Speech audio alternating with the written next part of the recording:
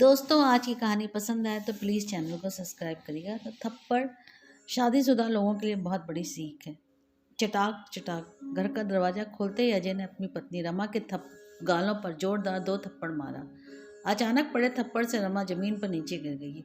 ये देखकर पास रमा की 2 साल की बेटी उसे पकड़ कर रोने लगी। रमा ने गालों पर हाथ रखते हुए कहा, अजय ऐसा क्या किया मैंने? फिर अजय ने दांत पीसते हुए गुस्से में कहा, रमा, तुम्हें मैंने मना किया था ना कि पार्टी में किसी के सामने अपना मुंह नहीं खोलोगी, किसी से भी बात नहीं करोगी। जाहिल गंवार कहेंगी, जरा सी भी शर्म नहीं आती तुम्हें। अचानक पड़े थप्पड़ से रमा सबका गई थी। उसकी आंखों में आंसू आ गए। उसे समझ नहीं आ रहा था कि आखिर गलती क्या हुई। रोते हुए कांपती आवाज में उसने दोबारा कहा, लेकिन मैंने किया क्या? अजय ने गुस्से में तमतमाते हुए कहा, अच्छा किया क्या? क्यों? क्यों कहा कि मुझे अंग्रेजी में आपकी बात समझ नहीं आई। आप हिंदी में पूछिए तो मैं आपको बता सकती हूँ। तब रमा को ध्यान आया कि उसने अजय के साथी ऑफिसर की पत्नी के साथ हिंदी में बात की थी, क्योंकि रमा को अंग्रेजी बोलनी नहीं आती थी। गांव के कॉलेज से बीए पास रमा की शादी उसके बड़े पापा ने अपने नज़दीकी मित्र के बेटे अजय से करा दी थी, जो एक सरकारी अफसर था। रमा के पिता एक किसान थे और माँ एक सामान्य गृहिणी। रमा अपने माता पिता की इकलौती संतान थी। अजय के घर वाले भी मोटे दहेज की लालच में आकर शादी के लिए तैयार हो गए। रंग रूप और गुण से सुंदर रमा बहुत ही व्यवहारिक और सामाजिक स्त्री थी। इसके विपरीत अजय व्यवहारहीन, अहंकारी व्यक्तित्व का पुरुष था। उसे अपने पद प्रतिष्ठा का इतना मान था कि उसके आगे वो किसी को कुछ नहीं समझता था। खासकर अपनी पत्नी रमा को तो वो हमेशा से अपने पैर की जूती समझता था।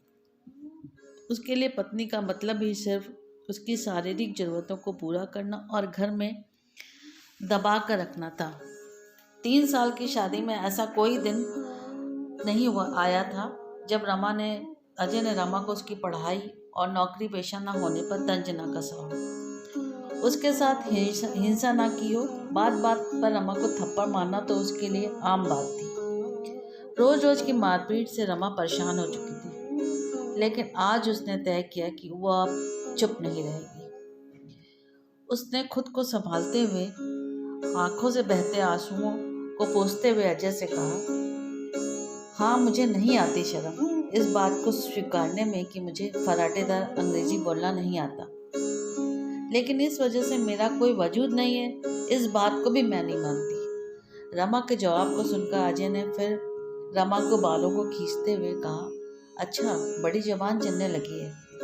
कान खोलकर सुन लो, 2 कौड़ी की औकात नहीं है तुम्हारी, ना ही तुम्हारा अपना कोई वजूद है। जिस दिन मैंने तुम्हें छोड़ दिया ना, उस दिन लोगों के घर घर जाकर नौकरानियों की तरह झूठे बर्तन धुलोगी और झाड़ू पोछा करोगी।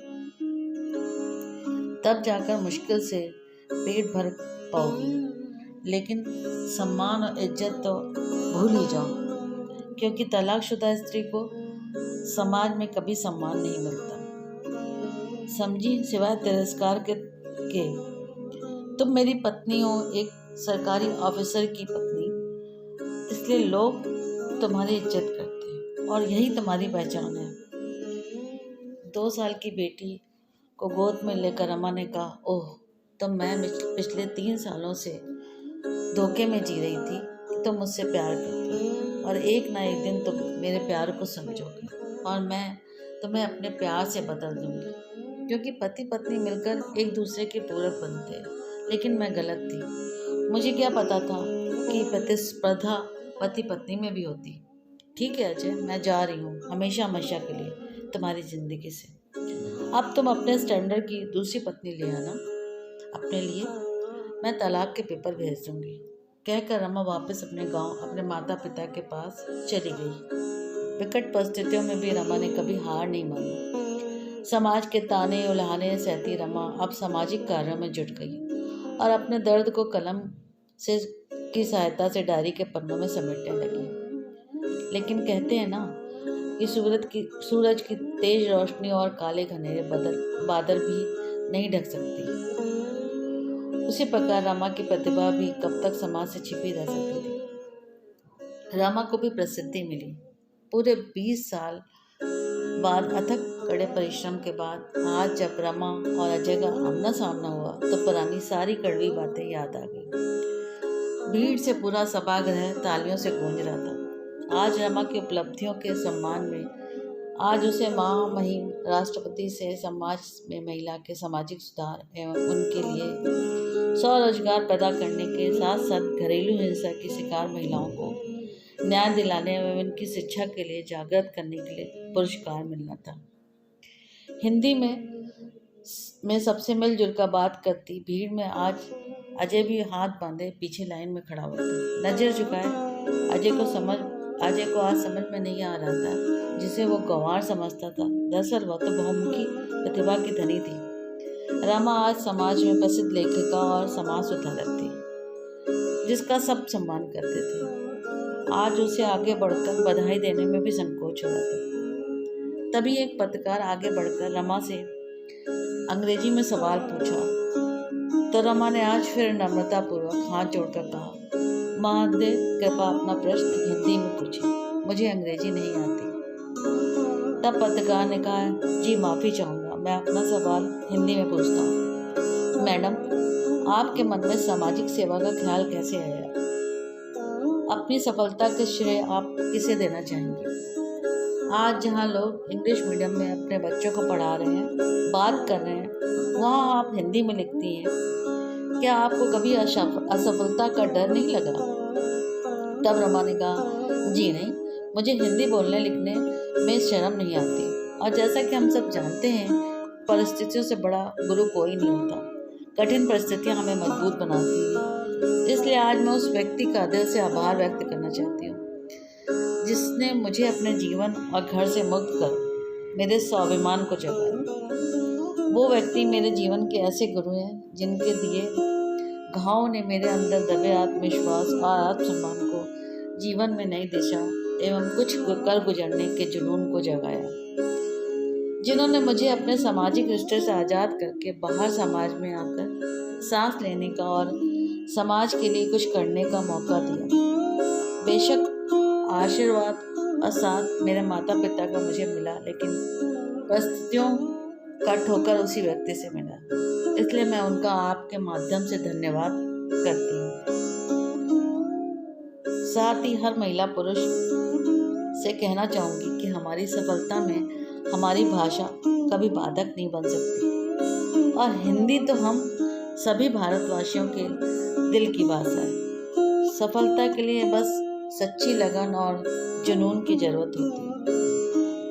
थोड़ी देर बाद मौका मिलते ही रमा को अकेला देखकर अजय उसके सामने आकर खड़ा हो गया और उसने कहा, रमा, अपनी गुड़िया कैसी है? अब तो बड़ी हो गई होगी। रमा ने कहा, मेरी बेटी बिल्कुल ठीक है और अब पढ़ाई के साथ साथ मेरे ही सामाजिक कार्यों में मेरी मदद करती है।